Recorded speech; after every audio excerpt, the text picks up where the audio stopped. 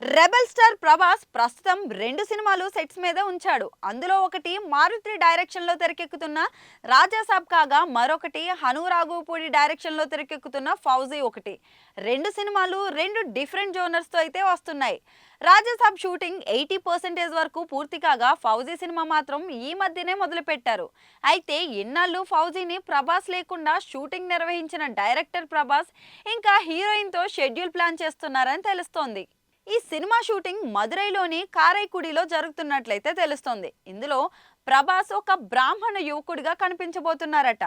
దేవీపురం అనే అగ్రహారం బ్యాక్డ్రాప్లో ఈ షెడ్యూల్ జరగబోతుందని తెలుస్తోంది.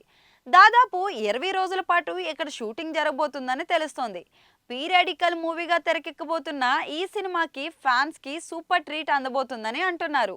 సీతారామం హిట్తో హను తన డైరెక్షన్ టాలెంట్ చూపించగా ప్రభాస్ని ఫ్యాన్స్ ఎలా చూడాలని కోరుకుంటున్నారో దానికి మించి ఉండేలా చూపించబోతున్నాడని అయితే తెలుస్తోంది. ప్రభాస్ హను కాంబోలో వస్తున్న ఫౌజీ ఖచ్చితంగా ఫ్యాన్స్ని సర్ప్రైజ్ చేసేలా ఉంటుందని